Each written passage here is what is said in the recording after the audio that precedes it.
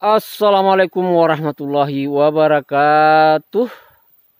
Selamat siang kawan petani Indonesia.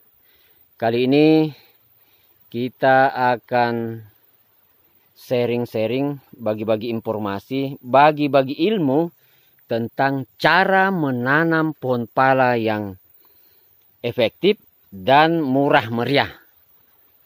Sebentar kita akan bahas bersama-sama. Kawan-kawan tani Indonesia, di depan kita ini ada satu pohon batang pala yang saya sudah tanam 2 tahun lalu.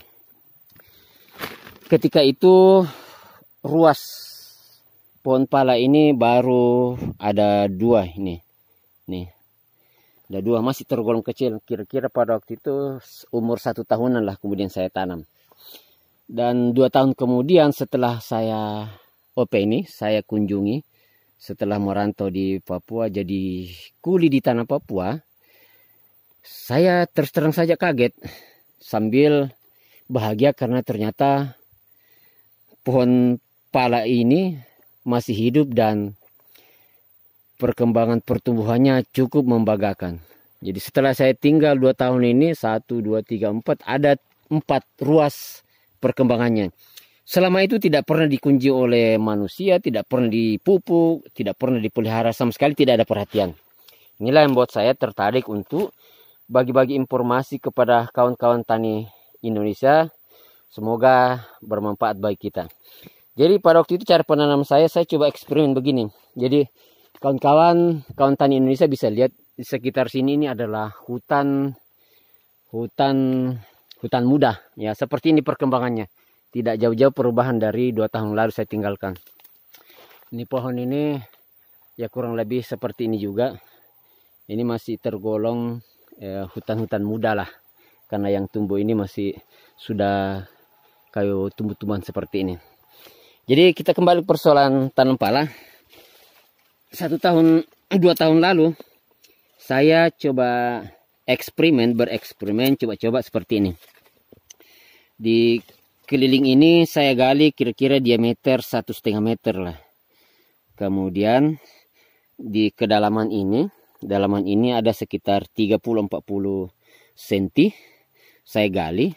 Tujuannya ini adalah untuk memotong perkembangan akar pohon-pohon liar, tanaman-tanaman tumbuh-tumbuhan liar dari luar, sehingga dengan tujuan tidak menyerang dan mengganggu tanaman pala saya ini.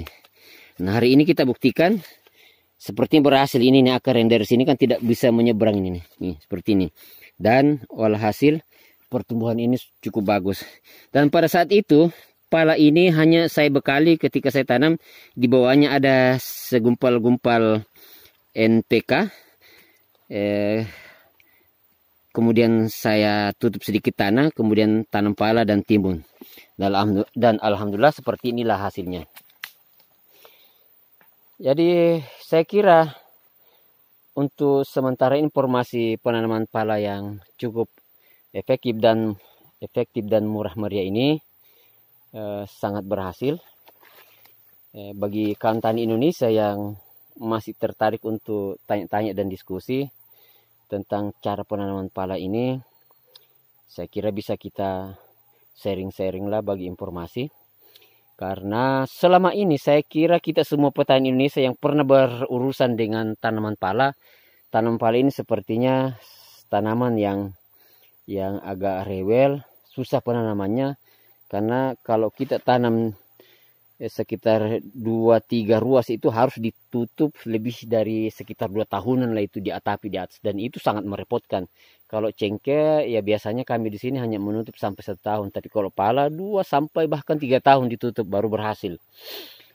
Dan kebetulan di kebun saya juga ini saya menanam beberapa jenis tanaman, yaitu jengkol, samping pala, pete, durian dan sebagainya. Jadi kawan tani Indonesia, saya membuka ruang untuk diskusi. Semoga kita sama-sama bisa mengambil hikmah dan berhasil jadi petani Indonesia. Oke, sampai demikian. Salam tani Indonesia.